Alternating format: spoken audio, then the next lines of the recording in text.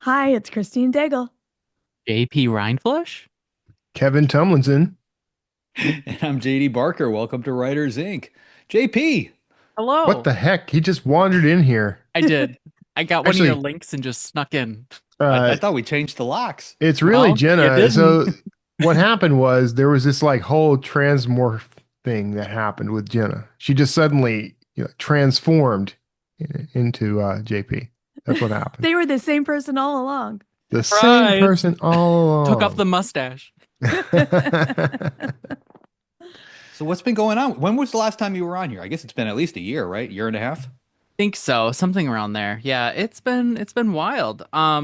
Yeah, no, recently the day job let me go. But luckily things have been going pretty well in the book world. So I'm taking a shot at full-time author. Cool. Excellent. Congratulations. Yeah. I know Yeah. how scary that could be. I've been there, done that. Yeah. But Yeah. honestly, like for me, like putting my feet to the coals like that, like that's what really got me moving, because you Yeah. don't have a choice, so you hustle. It's a Yep. little bit like swimming the ocean without a floaty, but also there are sharks. Yeah. So Yes, exactly.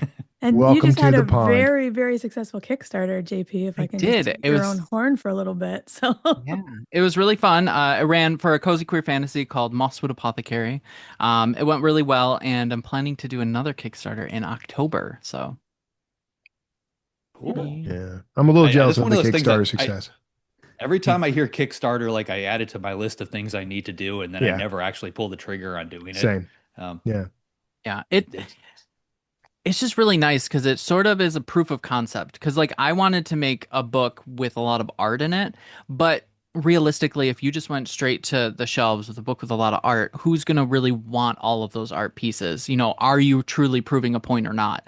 So the Kickstarter really proved that people wanted it. So I can have these like special editions, and then I can also have these standard editions that maybe have a little bit of less art, but that way, I know that there are people that want them. yeah, I'm I Yeah. guess excited from for my it. standpoint, I'm not sure if my fan base would participate or not, because they come at me from all these other sources that they're used to. Like, can you tell, like, do you see your existing fans migrating over to Kickstarter, or is this a I brand saw a new group of few. people?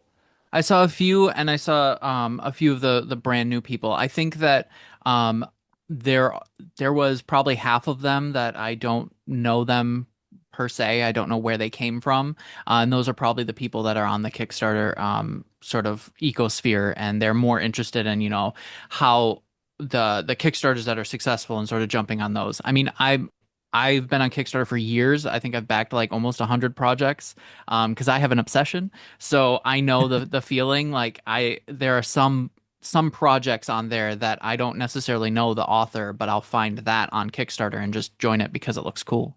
Yeah. Yeah. I am so excited to get my book. Like the hardcover is gorgeous. You have like foil and these beautiful end papers and sprayed edges and all these illustrations. Ah, Ooh, Yeah, it's nice. fancy. awesome. Very nice. Cool. All Cool. right. What else is Well, going on?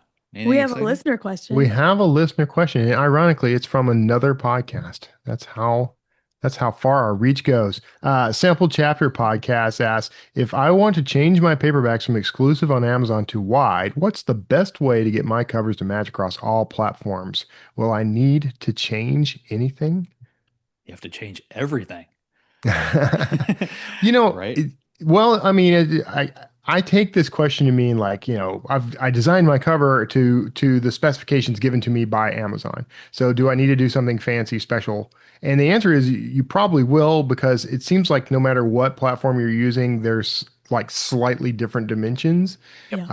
Mhm. So you just need to check with that platform, get the dimensions for the manuscript that you're providing, and there's all kinds of things that change the dimensions of that cover, including like even down to like what type of paper you pick. Like if you pick cream or you could pick white, Yeah. it impacts the size of the cover, how many pages total, those sorts of things. So like using just draft to digital as an example, like you go to D2D, you upload the manuscript, it'll give you a template for the cover, and then you can resize your cover for that template. And most platforms will do that. Yeah. Yeah. And Yeah. I was gonna say, I don't know who your cover designer is, but I know when I did mine, they offered like they're just select which options you want, ebook, Amazon, Ingram, whatever, all the different Yeah. options were, and it's the same price. So I just took all of them in case you need them for future. I don't know why you wouldn't. Yeah.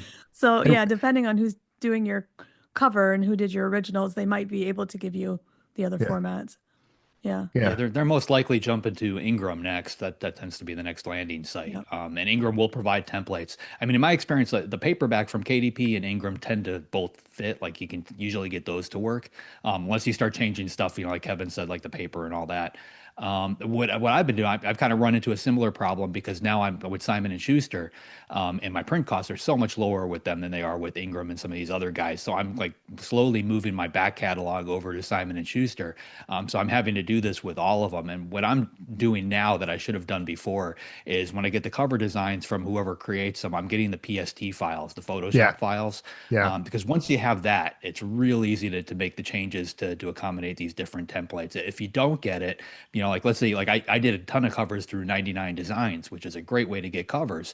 But the people that work there, the talent, like they come and go. Like it's near impossible to find the same artist, over and over again. So, Right. if a year goes by, you may not be able to track them down, and then you have to start from scratch. So try to get the PST files, I guess. I'm just going to make that a Kevin's rule of writing. You should always get pay the extra money. They're always going to want extra money, but pay it and get the editable files, the source files. Yeah. Every time. Okay. All right. Well, what is in the news? Speaking of source files, Pizza Hut debuts a Book It app. Did not expect to see Pizza Hut in our news, but here we go. In a follow-up to our previous story about exploitation of Pizza Hut's Book It program, the Book It app has now arrived. This is the first time Pizza Hut has offered the app to parents who can use it to track their kids' reading and incentivize them to keep up the good work during the summer with a free personal pan pizza. The debut coincides with Book It Summer of Stories, Pizza Hut's summer reading program launching June 1st, encouraging parents to stay engaged with their kids' reading habits. Kids who achieve their reading goal can get one of those vied for personal pan pizzas. My brain did not want to read that word. Vied for personal pan pizzas in the months of June, July, and August. Because in the middle of July is when you want a hot. I just love this. After we did All that the time. story about that journalist who wrote about her grandma being a retired teacher and their exploitation of the Book It program. And it's like, oh, now parents can, hopefully they will actually make sure their kids read these books. I got all excited. I downloaded the app on the phone. I sat my 7-year-old down with it. I told her what it was all about and showed her the app. And her first question to me was like, yeah, but can we do Domino's? Because I don't like Pizza Hut. Oh, well, I don't know what's going to happen. We'll track it and we'll get you the Domino's. Yeah, why not? You go get the one for Pizza Hut and you just grab her a Domino's on the way back. I think that's what I'm going to have to do. And I'm not even sure that we have a Pizza Hut near us. But I honestly, I love Pizza Hut. Like back in the day, like when I was in college, that was one of my first jobs. I delivered pizzas for Pizza Hut. Yeah. And like there's something about their pizza. Like it's probably my favorite out of all of the thing is though, for me, you got to go in. Remember dessert pizza? Yeah, you got to go in. Like cherries and stuff on it. I would eat all of that. You have to go into an actual Pizza Hut though, and it has to be one of the huts, one of the ones that looks like a hut, because that's the authentic Pizza Hut experience. The smells, the sounds, that's the environment I'm looking for. There's not very many of those left. Salad Oh bar. yeah. Oh no. Yeah. I recall we did this for, I think, high school, where if we read a certain number of pages that we would get to go to Pizza Hut. So it was like a big thing. So this is cool. I like this. Yeah. Cool. I like seeing stuff like this make a comeback. Next up, Business Insider commits to AI and layoffs after circulating reading list with fake books. I'm sorry. Did not mean to laugh at that. After at least 2 major newspapers printed an inaccurate AI-generated reading list, it is now reportedly not the first AI-generated book list with invented titles in the media. Last May, a Business Insider editor sent staffers a memo suggesting, quote, Beacon Books memoirs and business titles that could help inform their journalism. The list appears to be AI generated, including several titles that don't exist or were misattributed to other authors. The news was revealed after Business Insider told staff last week that they are, quote, going all in on AI and would lay off about 20% of staff. That sounds like a great move. So I still say this is a grand opportunity for authors. You go find the titles that they are promoting that don't exist and write those books right now. Just there you go. do it. I'm waiting for like these to start coming out of Goodreads and like some of these daily emails that we get. You know, like how far along are I mean, they must be at the point where they're starting to use AI to generate some of that stuff. And like once they realize the cost savings, it's just going to happen. Yeah. Movie reviews too, you know, like all these different things. Yeah. Yeah. Which I don't know. I did a whole thing today when I was recording Wordslinger podcast about how it is possible to do this kind of thing and be lazy about it and generate it. I think though that what's going to come from this is, first of all, you're going to have a lot of gaffes like this if people aren't actually paying attention. But I think what's going to happen is those who are using AI as an assistive tool to help them, but are going through and doing the work, of rewriting it, rereading, vetting everything themselves. They're the ones that are going to kind of rise to the top on this whole thing. And so I think this will equal itself out, is what I'm saying. I think eventually, go ahead. Didn't we have a story like a month or two ago about one of the organizations using AI to pick the winners or their nominees I don't for the think we best talked books? about it on air, but it was Worldcon, the ones that yeah. So I'm guessing we're going to see some of these fake titles start showing up in awards, nominations, like on those lists. Even more reason, man. I'm going to start checking every one of these lists. I'm going to check them. I'm going to vet these for them, and then I'm going to make sure that I have pre-orders on titles that match those books. Well, now we all know your strategy. That's it. Yeah. Who's going to be faster? Anyone else who would do this is too lazy to do it the right way. So I got no competition. There you go. All right. Final story. Meta aims to fully automate ad creation using AI. Wow. This clicks right in. Meta is gearing up to let AI take over the entire ad making process on Facebook and Instagram by the end of the next year. Soon, businesses will be able to upload a product image, set a budget, and let AI handle the rest, creating visuals, writing copy, and selecting the best target audience. Smaller brands in particular could gain a lot with limited resources and no big creative teams. AI-generated ads offer a shortcut. Bigger brands are wary of giving Meta even more control and worry that AI-made ads won't feel as polished. I think I accidentally dropped in additional things from another story here, so I'm going to stop reading right there. That's the end of that one. Yeah, that's where it ends.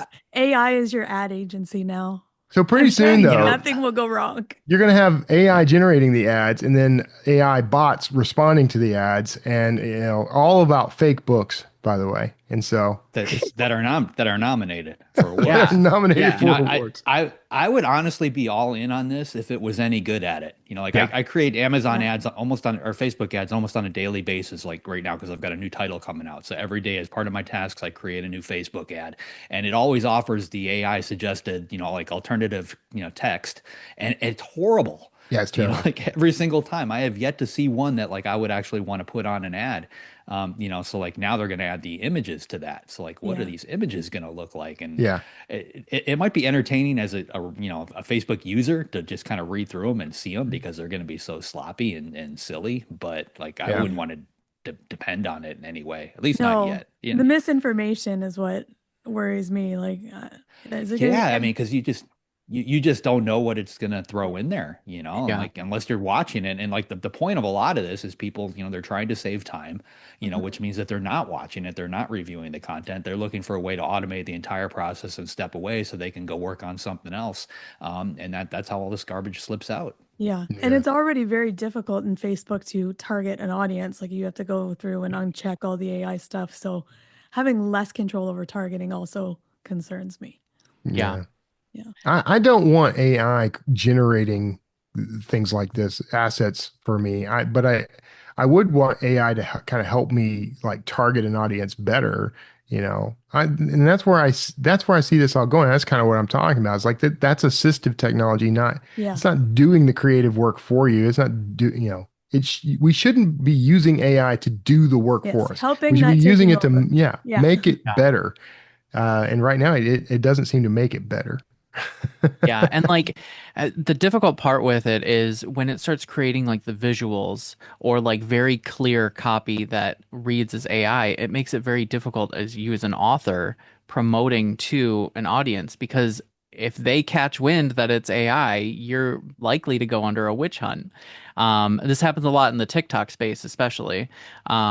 Which is why like I just steer clear of this, because I don't want that sort of flack, because especially in the cozy queer space, like we like to vet our illustrators and show like who did it, because it helps to sort of promote that ideology. Right. It's tough. I get the assisted part of it, but I think that when we just keep filling the space with more of this visual and copy that sort of feels a little lifeless. Yeah, it's all going to be. How do you rise up? How do you stand out as an author when all the ads are the same? I don't know. That's right. Yeah. And the answer is you do them yourself. That's what's going to happen. That's that rise to the top part. I do my stick illustrations. Be like, look, I drew this myself. Those are going to stand out. I have a story, by the way. When I worked when I had my own little video production business and I was doing commercials for people, right? In Houston, there's a business called CNS Scrap Metal. And they had the crappiest green screen commercials. Like they would be wearing green shirts and stuff, like not even thinking, like the background was all wrinkled. So it was just like crappy CG effect of them flying on a carpet or something. And their whole shtick was that they took they paid in $2 bills. I reached out to them and said, look, $10K and I will give you a polished professional ad that you can run. And they wrote back and told me, we pay $100 to get these done. All right, some kid does them and they work. And so we've got no interest. As long as they keep working, we got no interest in spending more money. Well, it's for the same reason though, right? It stands out because everybody else has a polished ad. That's exactly what was happening. They got tons of response off of that because it was so crappy. And that's, I guarantee you that if you were to start putting up ads that were just like these crappy ads that were making bold statements, you'd get a lot of people engaged. Now, whether or not it was effective as an ad, that's a different story. Yeah. But getting the engagement is kind of that's the first thing you got to figure out. So cool. Hey, this is Kevin Tumlinson, and it seems to me like you might need a little help. Maybe hand off all that stuff that's keeping you from writing. At Author Anchor, we connect authors with skilled, affordable virtual assistants trained specifically for the publishing world. Your personal VA handles everything from book production to marketing and social media, freeing you up to focus on what matters most, your writing. Book a discovery call today and we'll find that perfect VA for you. Plus, mention the Writers Inc. podcast and you'll get $50 off your first month. Visit authoranchor.com and get matched with your personal VA so you can just write. Okay, on that, JD, who is up this week? This week we've got Riley Sager back on. He's a New York Times bestselling author of numerous novels, including Final Girls and The Only One Left. His latest is called With a Vengeance and releases June 10th. Here he is, Riley Sager. Well, welcome back to the show. I believe this is your third time with us, so we appreciate you coming back to talk to us again. Yeah, I think it is my third time, and it's always a pleasure. Yeah, and so we've already talked about your origin story, how you got writing, so we don't need to rehash that. Before we hit that record button, we were talking a little bit about how books are sold, and I think our audience would love that conversation. So let's start there. Yeah, I think authors aren't really told when they're first starting out the logistics of it all and how books get to where they are and how books get in front of people and things like that. And, this is my 9th book under this name for Dutton Books. And there are still things that surprise me as to the whole business aspect and the sales aspect of it. And it's very fascinating, but it's also can be too much about like, how the sausage gets made a little bit. So we'll try to temper it, I guess, a little. Yeah, I love getting in the weeds, but yeah, I would love to hear what you've learned about how books get sold. Where do we start with that? Well, I've learned that just you need to be in as many places as possible. Not just Amazon, not just Barnes and Noble, not just the indie stores. I mean, they move a lot of copies, but also libraries and the big box stores, especially the big box stores. I did not know that they were so important to the book industry. And then once I did learn this, I thought, well, of course, because so many people are in a bit of a bookstore desert Hmm. and they do their shopping at Walmart and Target and whatnot. And they might not know a book exists until they see it in one of those places. And so it's very important to be in one of those places. But then the downside is not every author can be Yeah. in those places. Yeah. And their return policies are quite like they can return a lot of books too. So that's Yes. a caveat. Yeah, or they can return a lot of books. Yeah. They also can order a lot of books. And s- sometimes they sell them. Like I hope I'm not giving away too much information, but the only one left was a Walmart book club pick. Mm. And I thought, oh, this is amazing. And they ordered a ton of copies to be sold in Walmarts. And then we started noticing that they really weren't in stock. Oh, wow. And we were like, when are they going to be selling this book? Like, oh my gosh, what's going on here? And I got so worried. Eventually they sold every copy. So they know what they're doing, but we just don't know what that is. Yeah. It's like mystery, it's The mysterious mystery algorithms that we don't have access to. exactly, yes. And so you said you were traveling and went to ReaderLink. You want to talk a little bit about that? Yeah, I mean, ReaderLink, for those who aren't familiar, they're a distributor and they do a lot with these big box stores. And so last year during my book tour, I was sent to visit the ReaderLink headquarters. And again, I didn't quite know who they were at the time, and I feel bad in hindsight now, but I knew it was a bit of a big deal when my editor flew to Chicago to go with me to ReaderLink. Oh, I'm like, wow. Yeah. this might be important. And so it was very important as an author to have these people who really get your books in front of tons of readers to really introduce yourself, get them to know you, like Yeah. put my face out there. And so it was it was a very fun event and it was a very valuable event. And also ReaderLink has a great spread. So much they really went all out, like with like the meats and the cheeses and yeah, the desserts. Oh, that's food is the most important part of any It event, it right? really is. I was super impressed with them. And so, but this is a thing that like an author starting out wouldn't really know about. It was like, what is this distribution company? What do they do? Like, how do books get into libraries? How does that work? And all of these different channels for books that we as authors don't know about, and we don't even know to ask about them. I always say there's like you don't know it until you know it. But Yeah. until you know it, you had no idea that you didn't know it. Yeah. Yeah. Getting into libraries and it's not an easy process. Like looking It's into not it as an indie, the big publishers, they can do that, but it's not an easy process, but it's important. so important.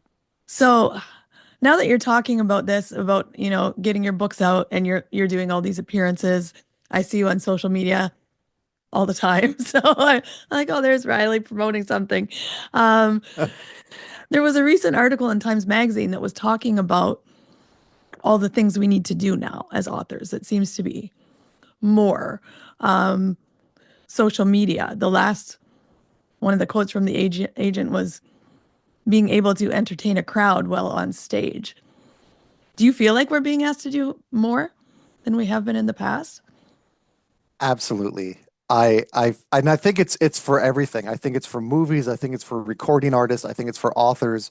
Is that you have to do more to maintain the same results. Yeah. And I don't know when the tipping point is going to be where that's impossible to do, but yeah, there are with a Vengeance, my book that's coming out, there's 2 exclusive editions, one in Target, one in Barnes and Noble. It's a selection for the Once Upon a Book Club for July, I think. I'm going on a book tour, and then I had to go into New York to go to Penguin Random House, and they have an in-house studio where I recorded like a dozen videos for social media that were given to other places to use. Like Barnes and Noble just used one earlier this week. Yeah, I think that's one I saw with the exclusive content. I saw that one Yes. on Instagram. So yeah. Yeah, and there's just so much now that has to go into selling a book that I think probably like 20 years ago just you didn't need to do at all. Yeah. And there's the social media aspect, which I don't even do like a fraction of what others do because I am old and social media confuses me in many ways, and I'm not good with my phone. I mean, I try, but there are things like TikTok. I know Yeah. like Book Talk is the biggest thing on earth right now. I have a TikTok account.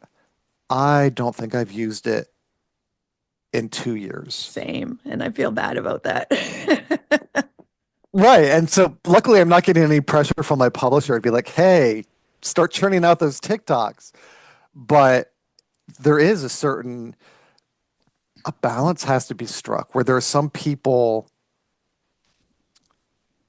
you look at someone like Geneva Rose, who is so successful, and she is all over social media. She's constantly on social media. And I get exhausted because I'm like, how are you doing How? this? Yeah, that's what I feel like. How? I'm like, how can you do that and write? Like, how do you balance both things? I don't. Yeah. And you have to be a very, very good multitasker. And I'm Yeah. not at all. Yeah. I have to like devote all my focus to one thing in order to get it done. Yeah. So is there anything you're doing right now that surprises you that you're getting asked to do by your publishers that's new? The video thing was new because they know I don't like doing them. Because I in the past I would get requests to record videos all the Yeah. time, and like as I said, like me and my phone, we do not get along. So like it would take me such a long time to just like set up the phone, get the lighting right, record something. I would need 50 takes just to get one sentence out. And so I really don't like doing them. And Yeah. so this year they said, we know you hate this. So how about we make it as easy as possible? You just come in for a day and we do it all in one sitting. Yeah. And then we will not ask you to do another video for the rest of the year. And I was like, okay, Okay. fine. Yeah. So they made you do it. It's kind of nice that they're doing it instead of having you do it on your own, though. Just being like, Right. And the quality was so much better. yeah. I saw one of them. I'm like, oh, that's what it looks like when it's professionally done. It did look very good. And then you've got the bonus content and all of that coming out with the new book, which I don't have the bonus content, so I'm kind of jealous about that. Oh, well, one of them is a Q&A, so we're probably covering some of it right now. Oh, cool. Yeah, I'd love to talk about the new book with a vengeance. Always a pleasure to read one of your books. So this one is a game of survival and revenge on a train. Yes. So I have to ask, it's a locked room mystery. We're hurtling down the rails. Was Agatha Christie's Murder on the Orient Express an influence at all, or did this idea spark from somewhere else?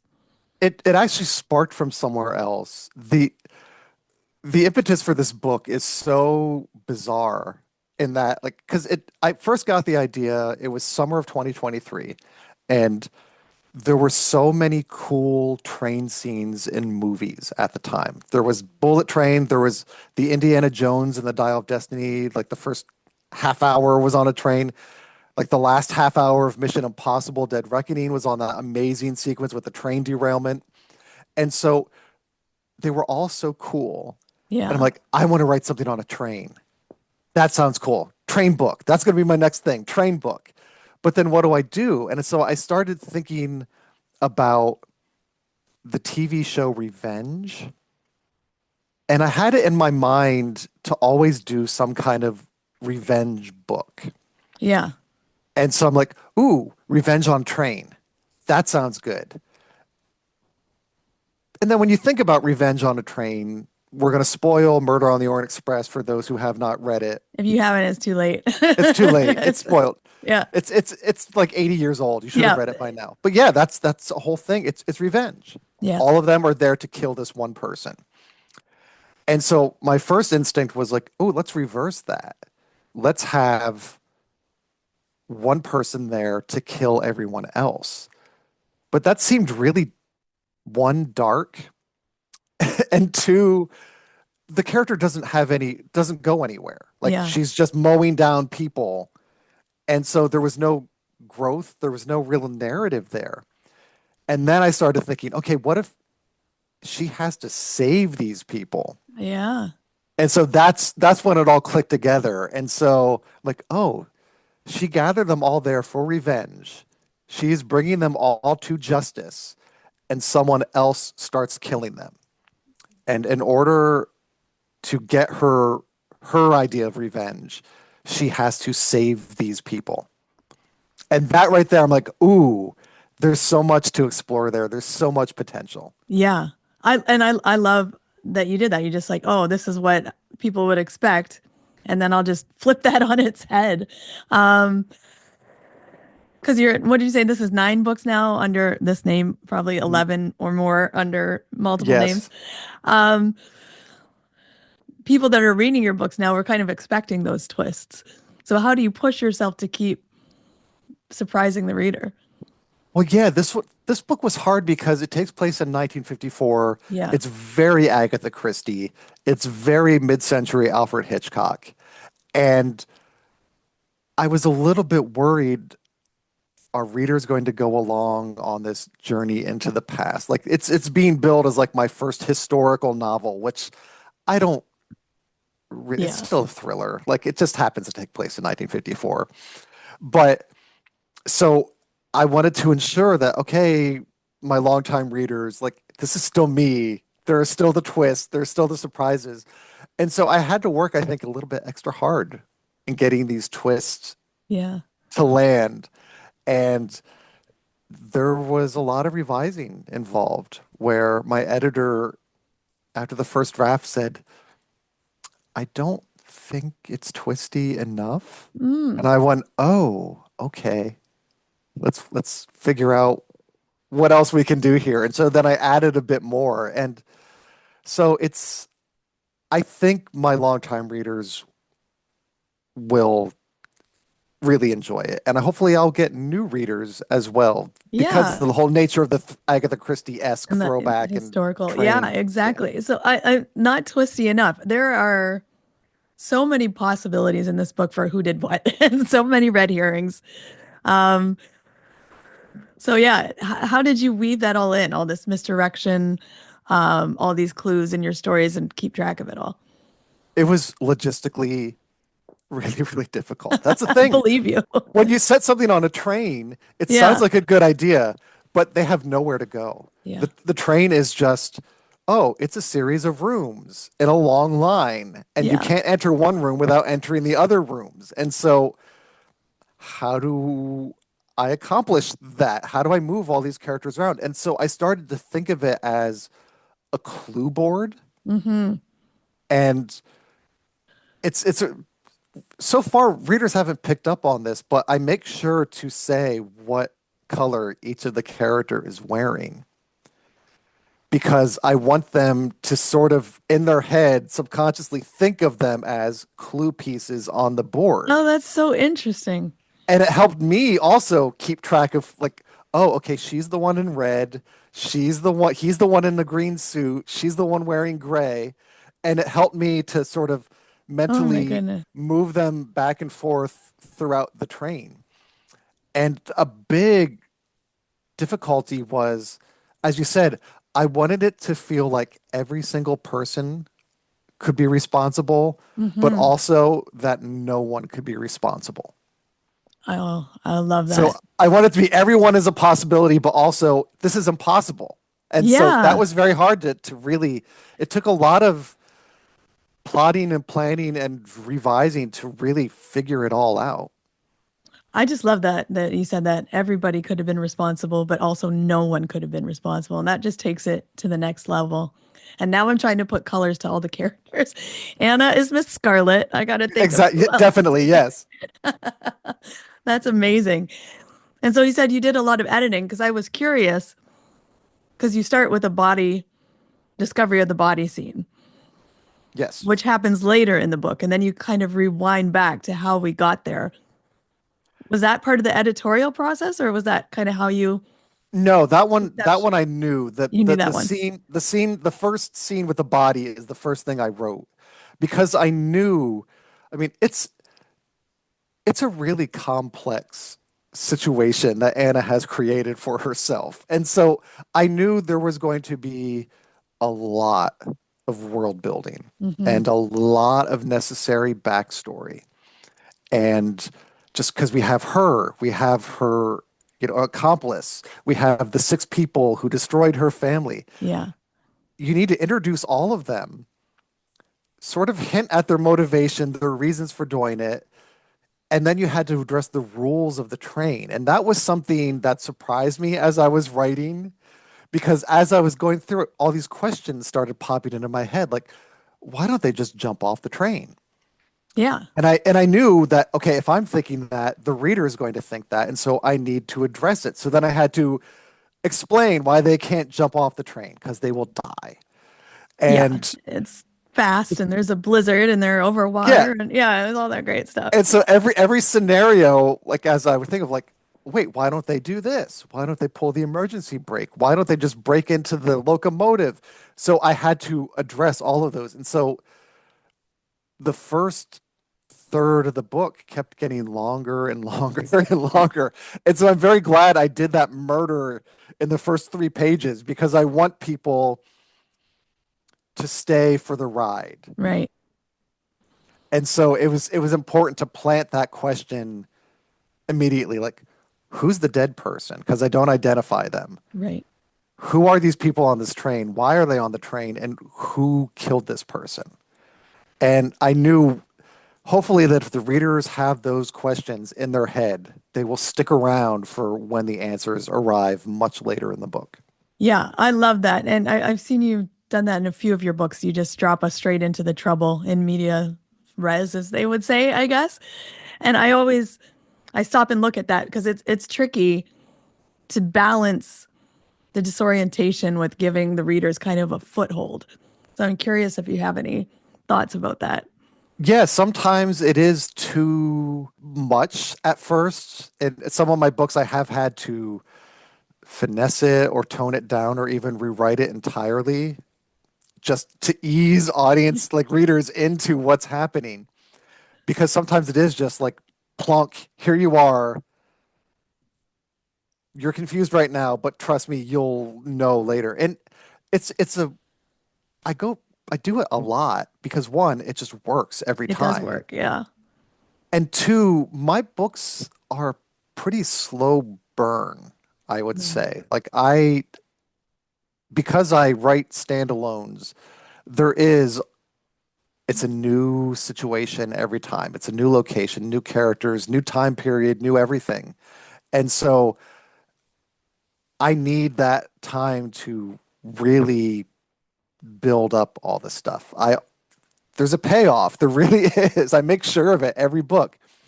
But it does take a lot of pages to really dig down deep into the story. And so that's why I do try to always start off with like the bit of intrigue that will hopefully pique the reader's interest enough for them to, because I see my goal as an author is just to try to guide them to the final page. Right. Like really, that's the goal, is like, just, I don't want anyone to not finish one of my books. I'm sure there are many, many, many people who haven't finished my books, but like, that's the goal. It's like, if you read page 1, I want you to read the last page as well. Yeah. Yeah. That makes sense. And I noticed you did the countdown clock with the headers too. How many hours till Chicago, which is always a Yes. great technique. The ticking clock, that's another thing that I learned where it's just, yeah, like anytime you can get a ticking clock in there, Yeah. do it. And it was just natural with this kind of book because they're on a schedule, they're set to arrive at this time. And so that I thought worked. Yeah. It was just I love obvious to that. do. Yeah. Yeah. I was like, I, that's brilliant. I I love did, that. It worked very well. I fudged the time a little bit because like I think it takes longer to get from Philadelphia to Chicago by train than 13 hours, but 13 just seemed like a great number. Yeah. 13 is a great number for a thriller. We love 13. So, like you said, you're always doing a different idea. This one is a classic train. I've actually ridden a train very much like the one you described. It's called the California Zephyr, and you can still ride Oh, it in Akron, Ohio. It's like this beautiful chrome. it I don't know, is is. it Art Deco? Have you ridden these before? It's a beautiful. I have not. My research because people ask like, "Oh, did you write this on a train?" I'm like, "No, I Yeah. did not. I did. The only train I went on during the writing of this book was NJ Transit. So there was, and that does not count. No. Um, no, but there's so I did a lot of train research, Yeah. and I discovered just how cool they are and how fascinating. And like, yeah, the California Zephyr. There was Yeah, the it's 20th beautiful. century. There was oh God, I can't think of the other, but there were so many like iconic trains, and they were so important Hmm. to American life in the 40s and 50s. And that's one of the reasons I set the book during that time period, because it was the main mode of transportation. If you wanted to go a long distance, you hopped on that train. And they were so glamorous. Yeah. There was They're beautiful.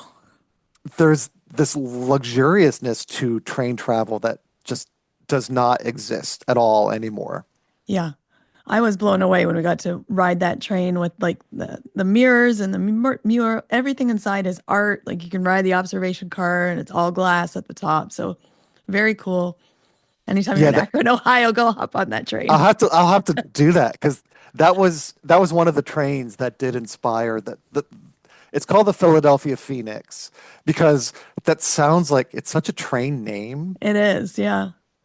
And so yeah, the Zephyr was one of the inspirations. It's a whole bunch of trains cobbled together to make this one fictional one. That's very cool. I was wondering if you had a chance to ride one. So in the future. In the future, definitely. All right. Well, this interview time has just flown by. So I think I'd just like to wrap up by asking, where do you think publishing is headed now in terms of what's going on next? What's the market looking for? Where are you looking to for the future? Oh gosh, it's so unpredictable. This is why I tell people, I always get asked like, what advice do you have for writers? I'm like, write the book you want to read because if you chase a trend, I guarantee that trend is going to be over by the time your book gets published. Yeah. But I have no idea where anything is going now. It's a very uncertain time for publishing because one, I mean, I feel like we're kind of careening into a recession, Yeah. possibly. I think people are cutting back on their spending. And so I think like discounting is going to be a part of how books are sold. Hmm. And we're already seeing it a little bit this year. Um, for big genres, I don't know. Like cozies seem to be making a big comeback, I do. Yeah. and that's always cool because I like those. Um, I don't know. I'm doing my thing, and hopefully it will fit in enough or stand out enough in the future market. But it's a very uncertain time. I don't think anyone knows in Yeah. publishing like what's going to happen next, and I think it's making a lot of people nervous. Yeah, I think so too. I love you said that fit in enough or stand out enough. Standing out Yeah, works because too. Yeah. it's standing out does work, and I've been very lucky in that, and there's not been really, this has not been planned, but I've tended to stay a little bit ahead of the curve in terms of things. Like my books come out, like, you know, Gothic is now a big thing. And so like I think like the only one left, which is all Gothic, Very gothic, yeah. just happened just right as that was starting. And that was not planned. I didn't have this crystal ball. It just was, oh, I want to write this book. Yeah. And so I've been very lucky in that regard. And I'm like, yeah, my luck's going to run out at some point. Oh, we hope not, because I love Where- reading your books. So oh, thank you.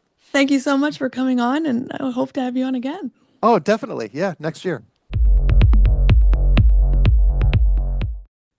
It is so nice to have repeat authors back on because we kind of get deeper into some things. You can say that again. Yeah, it was cool. We were talking about, the logistics of how books are sold.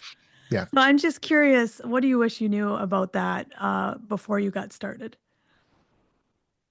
That's a JD question right there. Yeah, there's so much, and like now being with Simon and Schuster, like the curtain's really been pulled back, and I'm starting to see some of these other things. Just how you get in front of just like Goodreads, like the actual Goodreads newsletters, and all these other services that are out there that fill up your inbox.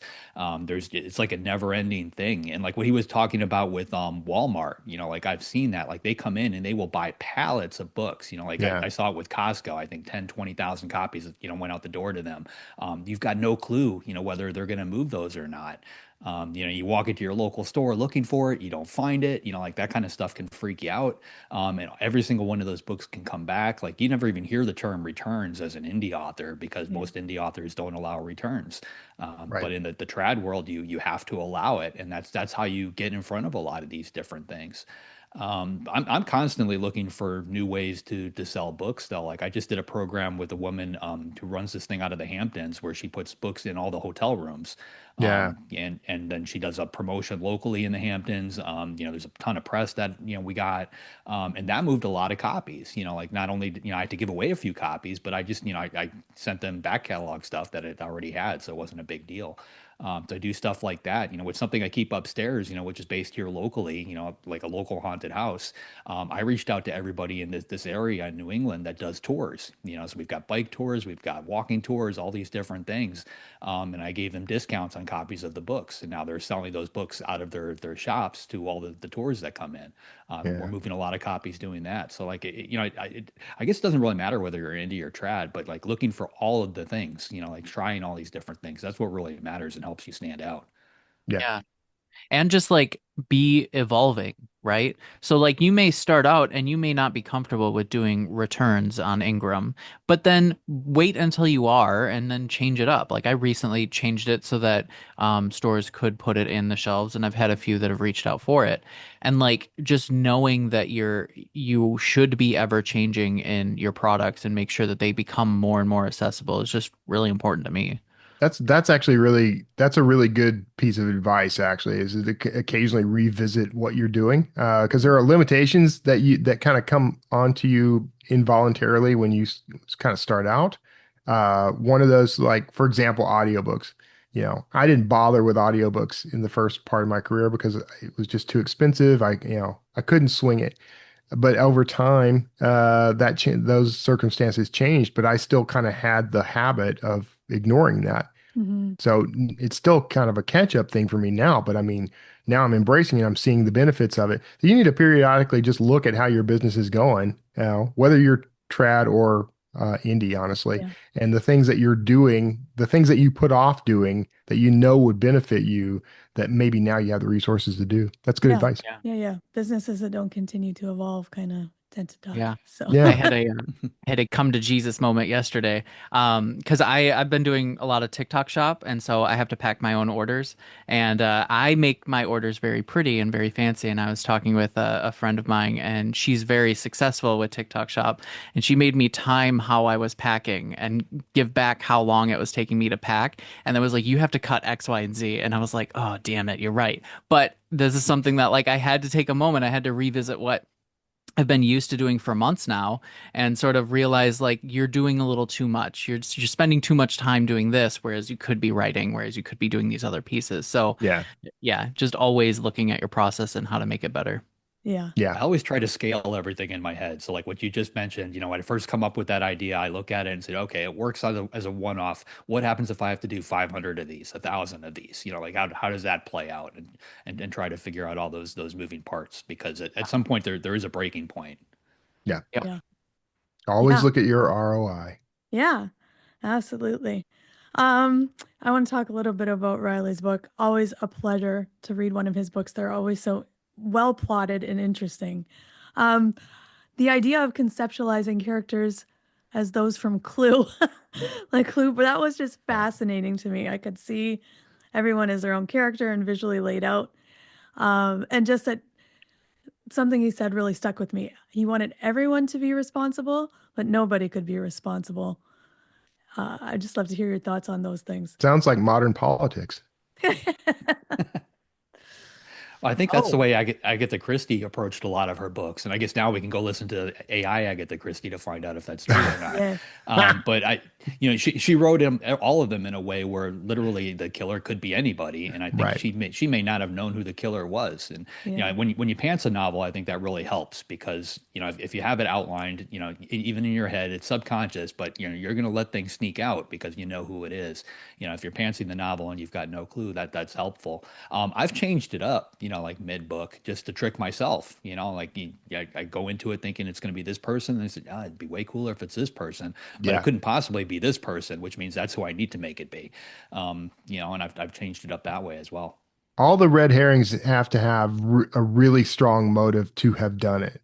That's difficult. That's difficult to pull off because there's always even the hero, even the protagonist should have like deep down some motive that they if you're talking about something like a murder or a theft or whatever, like there should be a question mark over every head in that story, even Yeah. the good guy. Yeah. I always, the bit of the thinking and shift in thinking for me was I always think everybody could have done it. But then when he said, but nobody could have done it, that was a kind of, Yeah, that's difficult. yeah. Yeah. I want him to write down, maybe he can do a book or something about how to use Clue as the model for your storytelling. I've been obsessed recently with Dan Harmon's story circle. Yeah, it's good. And I've been kind of just I've been trying to apply it to, I've had AI applying it to my books to see how well it does with that. And it's not good at that, by the way, just an aside. It's not good at, it's like it generated a graphic showing you how this applies to my books. And it like repeats itself 3 times in the same circle. The lines don't line up. It's crazy. But anyway, all that aside, like I tend to not rely on any of these formulas, but I like seeing them because they kind of help me visualize how I'm doing it. And I'd love to see his version of that played out in Clue. Could turn that into a whole like writer's course. You're playing Clue to learn how to write a mystery. That would be Seriously, Locked Door Mystery is perfect. It's exactly what it is. yeah. The other thing that I thought was interesting was when we were talking about kind of looking at where are things going in terms of the publishing industry, where did he think they were going? And of course, nobody can predict that. When he said you kind of hope you can fit in enough or stand out enough. Yeah. And I love the or stand out enough part. How do you do that? How do you make sure your book is or stand You make out really enough? crappy graphics. Stickmen. Stickman. I mean, I personally haven't played by the rules since I started, and that seems to be working out. And a lot of the people that I know that do play by the rules 100%, they're the ones who tend to get lost. And, in a lot of ways, they end up quitting. They end up in the mid list somewhere, and they don't feel like they're making any progress. And eventually they just give up because they're not willing to try something new. They just do everything their agent tells them, everything their editor tells them, and take it as gospel. And nobody knows the answers, including the publishing industry. I think Riley said something about how don't just write the book that that you would want to read, that you would want, and don't worry about chasing trends or whatever. And I do think that what we see a lot of and this is going to be much more challenging for people who are writing for a traditional market because they basically want a formula. I mean, they want a known quantity, but on the indie side in particular, like the books that end up hitting are the ones that were just fun little projects that author thought I'd love to see this book exist, and then they go do it. I think that is a key, especially now because AI is getting so abused in our industry, and there's so many books that are just clones. If you can come up with something truly original and do it in a truly unique and authentic voice, like you're going to gain traction. Yeah, I've been thinking about that a lot because AI is so imitative. It's really important to be innovative right now. Yeah. Yeah. All right. I guess with that, JD, who is up next week? Next week, we've got New York Times bestseller Laura Lippman coming on. Since her debut in 1997, Laura's been recognized as one of the most gifted and versatile crime novelists working. Her series novels, standalones, and short stories have all won major awards, including the Edgar and Anthony. She's here to talk craft and tell us all about her latest book, which is called Murder Takes a Vacation and releases June 17th. Laura Lippman. Yeah, our conversation was a blast. If you'd like to be notified as soon as new episodes publish, make sure you go to writersincpodcast.com and sign up now. We'll see you next episode and have a great week of writing. Thanks for listening to this episode of Writers Inc. Access the show notes and leave a comment at writersincpodcast.com.